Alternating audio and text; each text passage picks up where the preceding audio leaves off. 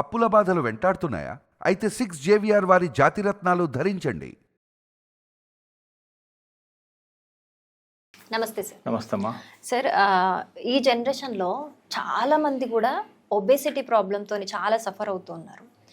So అందులో most of the people diet చేస్తారు, ఎక్సర్సైజ్కి వెళ్తారు, అంటే జిమ్కో దేనికో ఏదో యాక్టివిటీ చేస్తూ ఉంటారు, పంచువల్గా చేస్తారు అన్నీ, అయినా వాళ్ళకి రిజల్ట్ రాదు. అసలు ఈ ఒబేసిటీకి రీజన్ చెప్పండి ఒకటి. ఎందుకు ప్రాపర్గా డైట్ చేస్తున్నా, ఎక్సర్సైజ్ చేస్తున్నా వాళ్ళకి రిజల్ట్ రావట్లేదు? దీనికి ఒక మంచి ఆక్యుపెంచర్ పాయింట్, ప్రెషర్ పాయింట్ ఒకటి. ఇప్పుడు ఆక్యుపంక్చర్లో మా దగ్గరికి రెగ్యులర్గా ట్రీట్మెంట్కి వచ్చే వాళ్ళు ఉంటారు.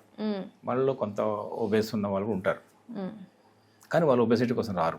వేరే వేరే మోకాళ్ళ నొప్పులని, థైరాయిడ్ అని, లేదంటే డయాబెటీస్ అని ఏదో ఒక రీజన్తో వస్తారు. కానీ వాళ్ళు వచ్చిన ప్రయారిటీ ఫస్ట్ నొప్పులు. అది తగ్గించండి సార్. ముందు ఈ లావు మామూలు దాని గురించి పట్టించుకోరు. ఫస్ట్ ఏ పేషెంట్ అయినా ఏది ఎక్కువ ప్రెస్సింగ్ ఇబ్బంది ఉంటుందో దాన్నే చెప్తారు. ఇది ఒక్కటి తగ్గించండి చాలు అంటారు. అది తగ్గితే ఇంకొకటి తగ్గించండి అంటారు, అదో ఇంకోటి. అంతే కదా. So first issue. అలా మనం కూడా ఏం చేస్తామంటే ఆ నాడి పల్స్ చూసి రెగ్యులర్ నీడిల్ వేస్తూ పోతుంటాం. ఒక సిట్టింగ్ 2, 3, 4, 5, 6 సిట్టింగ్ 1 మంత్ అయింది అనుకోండి. 1 మంత్ తర్వాత వెయిట్ చూస్తారు. మరి రెగ్యులర్ వెయిట్ చెక్ చేస్తాం కదా. ఓకే ఏంటి సార్ 2 కేజీలు తగ్గినట్టు కనబడుతుంది అంటారు. ఏం చేశారంటే అసలు వెయిట్ కోసం మనం ఏం చేయడం లేదు అక్కడ. నాడి చూసి పల్స్ బ్యాలెన్స్ చేస్తూ పోతుంటే ఆటోమేటిక్గా మెటబాలిజం దాన్ని రెగ్యులేట్ చేసుకుంటుంది. Extra benefit. అప్పుడు తగ్గిందనగానే అప్పుడు చెప్తాం, అయితే మీరు దీని కూడా పేమెంట్ ఇవ్వాల్సింది అని. తప్పకుండా సార్ అంటారు. ఏమక్కర్లేదమ్మా, ఊరికి సరదాగా అన్నాను, కానీ ఇది ఒక అడిషనల్ బెనిఫిట్ అనుకోండి. అంటే ఆక్యుపంక్చర్లో ఒబెసిటీ అనే ట్రీట్మెంట్ ఒక రకంగా చెప్పాలంటే అడిషనల్ బెనిఫిట్ కదా. ఇది మనం మెయిన్ ఏదో ఒకటి చేస్తూ పోతుంటే ఖచ్చితంగా బాడీ తనకు తాను రెగ్యులేట్ చేసుకుంటుంది అని చెప్పాలి. అట్లా కాకుండా మనము కావాలనే తక్కువ డైట్ చేయడము. ఎంతగానో డైట్ చేస్తాం మనం. ఒక 2 నెలలు, 3 నెలలు, 4 నెలలు, 6 తర్వాత ఏదో టైంలో మళ్ళీ రెగ్యులర్ అవుతాం కదా, డైట్ స్టార్ట్ చేస్తాం. అందువల్ల డైట్ మేమేం చెప్తామంటే డైట్ చేయడం కాదు, ఒక క్రమబద్ధమైన జీవితాన్ని అలవాటు చేసుకోవాలని చెప్తాం. లైఫ్ స్టైల్ మార్చుకొని చెప్తాం. రోజు ఇంత తినేవాడు ఇంత తినే కాకుండా ఇంత తినండి. అలా మెల్లమెల్లగా ఒక సిస్టమ్ ఇవాల్వ్ అవుతుంది. అంటే 100% కంప్లీట్గా ఎప్పుడు తినకూడదు, 80% తినాలి, 20% గ్యాప్. ఏదైనా సరే రెగ్యులర్ భోజనంలో మీరు తినే దాంట్లో తగ్గించి తినండి. ఎక్కడ తగ్గాలో తెలియాలంట కదా, ఎక్కడ ఆపాలో తెలియాలి. అదొకటి ఆపాలి, ఇక్కడ చాలు అని అనుకోవాలి. అదొకటి. రెండవది ఇంకో అద్భుతమైన చిట్కా, చాలా సింపుల్ అనుకుంటారు కానీ చాలా చాలా ఎఫెక్టివ్. నమిలి తినండి. నమించి చూయింగ్ అన్నిటికీ సింగిల్ సొల్యూషన్. ఇందా ఒకసారి ఇలాంటి అమ్మాయి అడిగినప్పుడు చెప్పాను, అన్ని సమస్యలు అట్లా నమిలి తిండి ఏమవుతుందంటే, ఇప్పుడు ఫాస్ట్ తిన్నారనుకోండి, ఒక 5 నిమిషాల్లోనే ఇంత తినేస్తారు, ఎట్లు పెట్టిందో తినేస్తారు. మెల్ల తింటుంటే ఇంతే తిన్నారు, 10 నిమిషాలు అయింది, ఎక్కువసేపు తిన్నప్పుడు బ్రెయిన్లో ఒక సెటైటీ పాయింట్ అనేది రిలీజ్ వస్తుంది. బ్రెయిన్ ఏదో గ్లూకోజ్ స్టార్ట్ అవుతుంది, ఫుడ్ వస్తుంది అని మెల్లగా వస్తుందిగా. అప్పుడు బ్రెయిన్ అంటే కొంచెం తగ్గించే గ్లూకోజ్ స్టార్ట్ అయిపోయింది, ఎనర్జీ సాటిస్ఫాక్షన్ పాయింట్ వస్తుంది, ఇక ఆపేయమంటుంది. సో తక్కువ ఫుడ్ తింటే ఎక్కువసేపు తింటే తక్కువ తింటాం. సో ఇది ఒక బెనిఫిట్ మనకు. పైగా ఇంకొక బెనిఫిట్ కూడా ఉంది, తక్కువ నమిలి తినడం వల్ల ఆ పోషకాలు సరిగ్గా మనకు అందుతాయి. ఇక్కడ ఎంజైమ్స్, లాలాజలంలో ఉన్నటువంటి ఆ డైజెస్టివ్ జ్యూసెస్, ఎంజైమ్స్ అన్ని ఇక్కడ మంచి మిక్స్ అవ్వడం వల్ల మనకు లాస్ట్లో తయారయ్యే మంచి గ్లూకోజ్ తయారవుతుంది. బాడీ దాన్ని అబ్జర్వ్ చేసుకుంటుంది. డయాబెటిక్ లాంటి సమస్యలు కూడా రావు. మొన్న ఈ మధ్య ఒక అతను పెద్ద ఆయన డయాబెటిక్ పేషెంట్కి ఆన్లైన్లో ట్రీట్మెంట్ చేస్తుంటే నాకు ఇచ్చిన అన్ని టిప్స్లో నమిలి తినమనే టిప్ మీరు చెప్పారు చూసారా, అది మాత్రం సూపర్ పని చేసింది, నా డయాబెటిక్ లెవెల్ కంట్రోల్ అయిపోయినా అన్నారు ఆయన. ఇన్ని చెప్పింది అంత పోయినాయి. ఒకటి నమిలి తింటే అది ఎవరేం చేసుకోవచ్చు కదా, డాక్టర్తో అవసరమే లేదు కదా, కామన్ అది. ఆ ఒక్కటి పాయింట్ చాలా చాలా బాగా పనిచేసింది అన్నారు ఆయన. పెద్ద ఆయన 70 years పైన ఉంటాయి. నెల్లూరులోనే ఎక్కడి నుంచి ఫోన్ చేస్తారు ఆయన. సో ఇలాంటి నేను ఏమంటున్నానంటే ఇది ఊబకాయాన్ని కూడా బాగా తగ్గిస్తుంది. మూడోది ఏంటంటే ఉదయం 9 నుంచి 11 మధ్యలో ఏం తినకపోవడం మంచిది. 9 నుంచి 11 9 లోపు బ్రేక్ఫాస్ట్ చేయాలి. 11 తర్వాత ఉదయం 11 తర్వాత 1:30 లోపు లంచ్. రాత్రి భోజనం కూడా 7-7:30 చేయడం మంచిది. Early dinner. So weight maintain అవుతుంది. తర్వాత ఇంకొక మేజర్ ఏంటంటే నిద్ర. ఈ ఊబకాయానికి లావు కావడానికి నిద్ర దగ్గర సంబంధం ఉంది.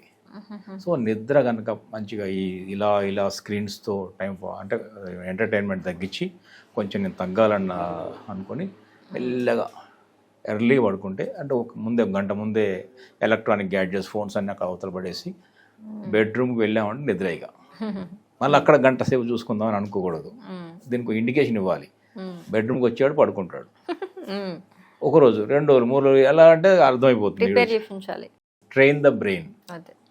సో బ్రెయిన్ ట్రైన్ అవుతుంది. ఓహో పడుకుంటాడు ఇక అలా అలా అలా మళ్ళీ అలవాటు అవుతుంది. నిద్ర. సో మనం ఏం చెప్పాం ఇప్పుడు, డయట్లో, నిద్రలో, తర్వాత ఎలా తినాలి, ఈ చిన్న చిన్న విషయాలే.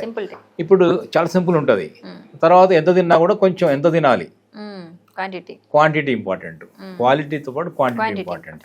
ఇక ఇంకోటి ఏంటంటే కార్బ్స్ అందరు తగ్గించామని చెప్తున్నారు, తగ్గించేసి రావులు కార్బ్స్ తగ్గించేసి కొంచెం ప్రోటీన్ డయట్ పెంచుకోవడం కూడా మంచిది. ఇవి ఫ్రూట్ ఇంక్లూడ్ చేసుకోవాలి. ఇది డయట్ సంబంధించి. ఆక్యుప్రెషర్ పాయింట్ ఏంటంటే కాళ్ళల్లో ఉంది SP9. అదేం చేస్తుందంటే ఆ point earth element water element కలుపుతుంది.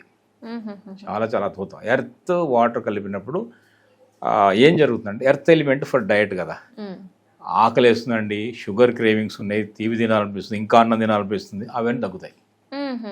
ఇందాక చెప్పలే, మామూలుగా దేని ట్రీట్మెంట్ చేసినా కూడా వెయిట్ తగ్గుతుందని కదా, వెయిట్ తగ్గుతున్నారని. అట్లనే ఇక్కడ ఈ పాయింట్ చేయడం ద్వారా డైరెక్ట్గా ముందు ఈ క్రేవింగ్స్, తినాలన్న కోరిక, అంటే ఎక్కువ తినాలి, బ్యాలెన్స్ అవుతుంది, తగ్గదు, ఎంత కావాలో అంత బాడీ అడుగుతుంది, అది అవుతుంది.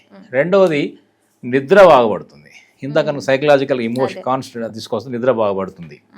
నిద్ర పట్టట్లేదంటే ఏం చేయమంటారు అన్న వాళ్ళకు కూడా ఈ పాయింట్ సొల్యూషన్. అందుకని ఈ పాయింట్ చెప్తున్నాం. ఎందుకంటే acupuncture treats body, mind and soul. మైండ్లో ప్రశాంతత తీసుకొస్తే నిద్ర పడుతుంది. సో ఇప్పుడు ఆ పాయింట్ చెప్తాము. దాని తర్వాత రైట్ లెగ్ తీసుకున్నాము. ఈ ఒబెసిటీకి సంబంధించినటువంటి ఒక ప్రెషర్ పాయింట్స్ మనం one of the best pressure points చెప్తున్నాము. ఒక పాయింట్ చాలు. ఈ పాయింట్ ఏంటంటే మోకాల దగ్గరే ఉంది. ఈ పాయింట్ పేరు SP9. స్ప్లీన్ మెరిడియన్లో ఉన్నటువంటి పాయింట్ నెంబర్ 9. సో ఇక్కడ ఆల్రెడీ మార్క్ చేశాను నేను. ఇక్కడ ఒక ఇలా పైకి వచ్చినప్పుడు ఒక బోన్ ఉంటుంది కదా, ఈ బోన్ నుంచి ఇలా పైకి వచ్చినప్పుడు ఈ బోన్ యొక్క హెడ్ ఉంటుంది. ఆ హెడ్ కిందనే గ్రూలో ఉంటుంది, వంపులో. సో ఈ పాయింట్ ఇలా మెల్లగా తెలుస్తుందా, పించ్ అవుతుంది. ఇలా మెల్లగా చేయాలి. ఎందుకంటే మన కాళ్ళే, మన చర్మమే, మన బోనే కాబట్టి మెల్లగా చేయాలి. వేరే వాళ్ళు కూడా మెల్లగా చేయాలి. మెల్లగా చేసిన రిజల్ట్ వస్తుంది. స్విచ్ మెల్లగా చేసిన కరెంట్ లైట్ వస్తుంది. సో మెల్లగా చేయండి. ఇట్లా 1 minute చేయాలి. SP9 అనే పాయింట్ ఇది మోకాళ్ళ నొప్పులు కూడా మనకు వస్తుంది. ఎందుకంటే లోకల్ పాయింట్ కదా, ఇక్కడ బ్లడ్ సర్క్యులేషన్ పెరుగుతుంది, మజిల్ టోనిఫై చేస్తుంది, ఎక్స్ట్రా బెనిఫిట్ అవుతుంది. సో ఇది SP9 అనే పాయింట్. ఇది 2 కాళ్ళలో కూడా ఉంటుంది. ఈ 2 కాళ్ళలో కూడా ఒక పూట ఈ కాలుకు, ఇంకో పూట ఈ కాలు. SP9 కనుక చేస్తే చాలా చాలా బెస్ట్ రిజల్ట్స్ ఉంటాయి. సో ఈ SP9 గురించి చెప్పారు కదా సార్, ఒబేసిటీకి ఇది ఏ విధంగా పనిచేస్తుంది ప్రెషర్ పాయింట్ అనేది? ఇది ప్రూవెన్ పాయింట్. స్థూలకాయానికి, ఊబకాయానికి, ఒబేసిటీకి, ఈ ఫ్యాట్ కరిగించేందుకు. మజిల్ పోవద్దు, మజిల్ పోకూడదు. ఇప్పుడు డయట్ చేసామనుకోండి, అది మజిల్ పోతుందో తెలియదు, ఫ్యాట్ పోతుందో తెలియదు. అసలు బాడీ ముందు ఫ్యాట్ని వదులుకోదు, మజిల్ని వదులుకుంటుంది. అది అందువల్ల మనం ఈ మన బాడీ తనకు తానే కనుక రిపేర్ చేసుకునే మెకానిజాన్ని మనం యాక్టివేట్ చేస్తున్నాం. స్విచ్ ఒక పాయింట్ ఇలా చేసి లోపల తనకు తాను మెటబాలిక్ యాక్టివిటీని స్పీడప్ చేసి ఆకలి, డైజెషన్ని, ఎలిమినేషన్ని, ఆ సారాలను ఒంటి పట్టేలా చేయడాన్ని అవన్నీ పర్ఫెక్ట్గా అయ్యేలా చేస్తున్నాం. సో SP9 పాయింట్ ఏంటంటే ఈ కాళ్ళలో ఉంది, చూసారు కదా, లోపల వైపు ఉంది, మీడియల్ ఆస్పెక్ట్లో ఉంది, నీ దగ్గర ఉంటుంది.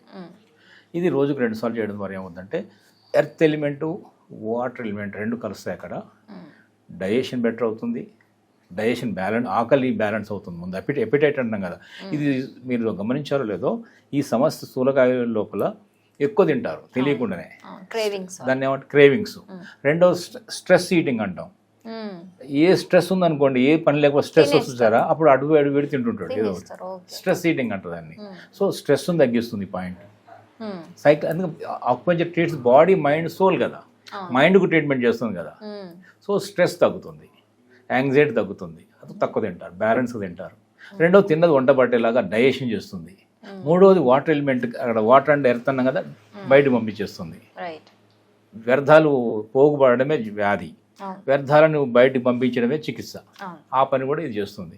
సో ఇది ఈ SP9 అనే పాయింట్ లోకల్ పాయింట్ అవుతుంది. మోకాల లోపల కూడా పనికి వస్తుంది. ఇటు ఊబకాయానికి మాత్రం చాలా చాలా అద్భుతమైన రిజల్ట్ వస్తాయమ్మా, ట్రై చేయొచ్చు. రైట్ సార్, అసలు యాజ్ యూజువల్ చాలా సింపుల్ అండ్ ఎఫెక్టివ్గా చెప్పారు. మంచి pressure point. Thank you so much. నమస్తే అమ్మా.